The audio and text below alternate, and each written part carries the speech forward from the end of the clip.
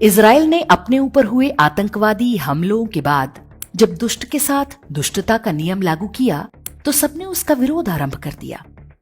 मानवता की बातें होने लगी। इजराइल का विरोध करने के नाम पर 3 यूरोपीय देशों ने फलस्तीन को एक देश के रूप में मान्यता दे दी। ये तीनों देश थे स्पेन, आयरलैंड और नॉर्वे। स्पेन और आयरलैंड कैथोलिक ईसाई देश हैं, जबकि नॉर्वे के अधिकांश लोग प्रोटेस्टेंट जाति के इवेंजेलिकल लूथरेन चर्च को मानते हैं। ये तीनों देश स्वयं भी इस्लामी घुसपैठ और कट्टरपंथ के पीड़ित रहे हैं। स्पेन तो एक ऐसा देश है जिस पर 700 से अधिक वर्षों तक इस्लाम का कब्जा रहा, लेकिन वहां के लोगों ने लड़कर अपनी धरती इस्लाम से वापस छीनी। ऐसा करने वाला वो विश्व का एकमात्र देश है। इस्लाम को 1/3 भूमि देने के बाद भी यदि कांग्रेस ने हिंदुओं के साथ विश्वासघात नहीं किया होता तो भारत को भी ऐसी उपलब्धि वाले देशों में गिना जा सकता था। लेकिन अभी हम भारत के बारे में बात नहीं कर रहे हैं। इस्लामी विस्तारवाद का चरित्र आज किसी से छिपा नहीं है। विश्व का लगभग हर देश इसकी चपेट में है। प्रश्न उठता है कि स्पेन, आयरलैंड और नॉर्वे जैसे देश सब कुछ जानते हुए भी इस्लाम का साथ क्यों दे रहे हैं? वास्तव में कैथोलिक ईसाई यहूदियों अर्थात ज्यूज से अत्यंत घृणा करते हैं। लगभग उतनी ही घृणा मुसलमान भी करते हैं। यहूदियों से घृणा की इस रेटिंग में उनके बाद इवेंजेलिकल ल्यूथरेन्स आते हैं। इस घृणा का कारण दोनों ही मजहबों में है। यहूदी जीसस को ईश्वर का पुत्र या सन ऑफ गॉड नहीं मानते। यहूदियों का मानना है कि जीसस एक अविवाहित महिला और एक रोमन सैनिक के शारीरिक संबंधों से पैदा हुए थे। दूसरी ओर इस्लाम जीसस को भी हजरत ईसा के रूप में एक पैगंबर मानता है। इस्लाम एक अधिनायकवादी अर्थात टोटलिटेरियन व्यवस्था है जो अपने अतिरिक्त हर किसी को नष्ट करने के विचार पर आधारित है। उन्हें विश्व पर संपूर्ण नियंत्रण चाहिए। ऐसे में विचारधारा बहुत महत्वपूर्ण नहीं रह जाती।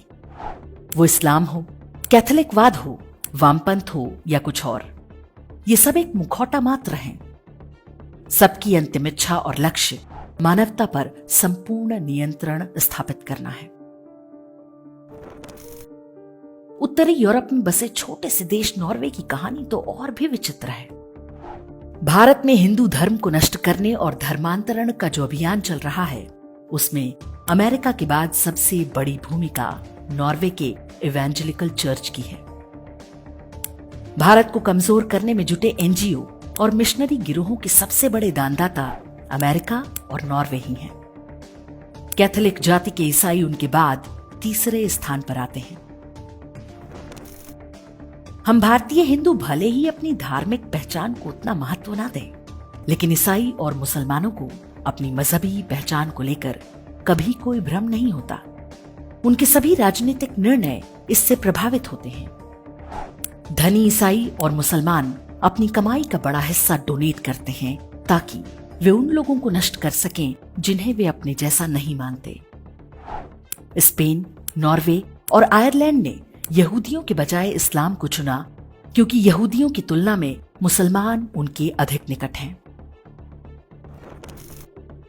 भारत में हिंदुओं की स्थिति भी कुछ विशेष अलग नहीं है। इस्लाम और ईसाई मजहबों के बीच आपस में चाहे जितने भी मतभेद हों, हिंदुओं को नष्ट करने पर दोनों में कोई विवाद नहीं है। जिस तरह से कैथोलिक स्पेन ने 700 वर्ष तक अत्याचार करने वाले मजहब को यहूदियों पर वरीयता दी, बिल्कुल वही मानसिकता भारत में भी काम कर रही है। चाहे आप पोप से गले मिलें या काले सफेद चोंगे वालों को अपने घर बुलाएं, कुछ होने वाला नहीं है। चादर वालों के तृप्तिकरण का परिणाम सामने है। चाहें तो कुछ वर्ष फादर वालों की भी खुशामद करके देख लें। अल्पकालिक राजनीति का तो नहीं कह सकते, किंतु जब भी कोई बड़ा मौका आएगा वे हिंदुओं के विरुद्ध और इस्लाम के साथ खड़े हो जाएंगे।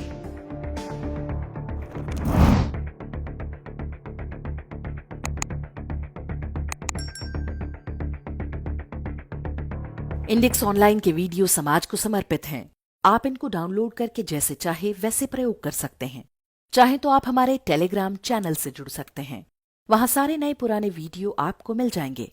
हमारे सोशल मीडिया लिंक हर वीडियो के डिस्क्रिप्शन में होते हैं। हमारा एकमात्र उद्देश्य हिंदू समाज को जागृत और एकजुट करना है।